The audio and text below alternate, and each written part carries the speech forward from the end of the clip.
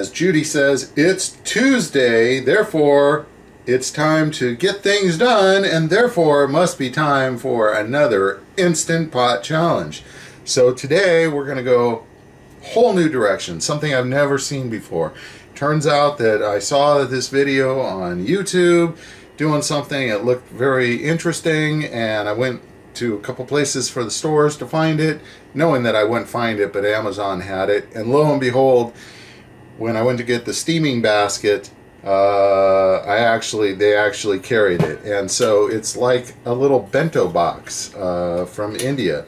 So you this one you unhook in here, and it comes apart, and it's got the lid, and then inside it's got two places. So the idea is that you put water in the Instant Pot, and you are using the steam and the heat that it's doing to cook whatever's in here. So you can actually cook two different things at once, be it vegetables or whatever. So today we're going to make some French toast, and it is not going to be like any French toast that I've ever had, but we're going to see how it comes out and see if it is good or it's like, oh man, that was not worth it. So let's get to it. These are the ingredients that we are going to use. Oh, I forgot one, like a really important one. Obviously, if you're going to have French toast, you're going to have bread. So I got El Cheapo white bread because I have little confidence this is actually going to taste good. So I don't want to spend any money on the bread. Although the bread, it probably makes it or breaks it, but we'll see how that works out. We're going to use a teaspoon of cinnamon. We're going to use a teaspoon of vanilla extract. We're going to use a 1/4 cup of milk. We're going to use 3 eggs. We're going to use cream cheese.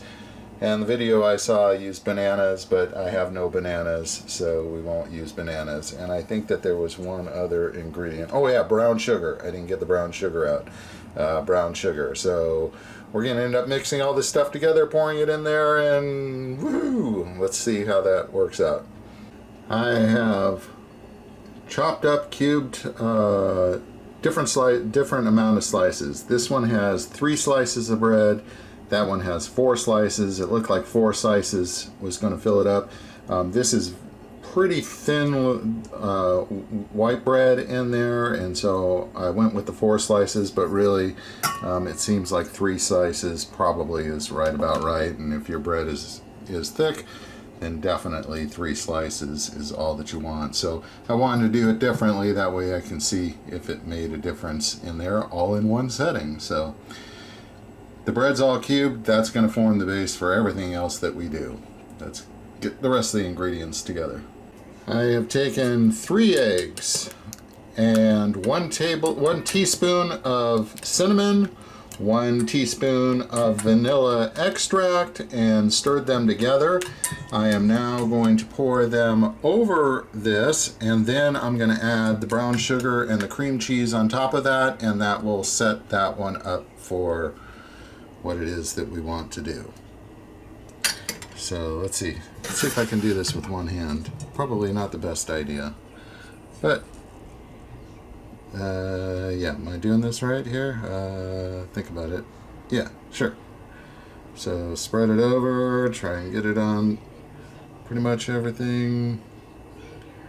Looks pretty good. Good job there, Rick. There we go. Alright, so that's the first one. Now let's put some cream cheese and brown sugar on there, and then we'll do the second one. And there we go. Brown sugar sprinkled on it, cream cheese sort of scattered across it. First one's done. Let's do the second one. Get it on. So you'd think with just 3 ingredients to put together in this thing it would be simple, and it was for the first one, but the second one I forgot to put the milk in the egg and cinnamon mixture. And I had already poured it over the bread, so I just put a 1/4 cup of milk over the bread. So that's in the bottom one, which has the 4 slices, not the top one that has the 3 slices. So who knows whether it makes a difference or not. Okay, so let's take a look at what I've done to get it to cook.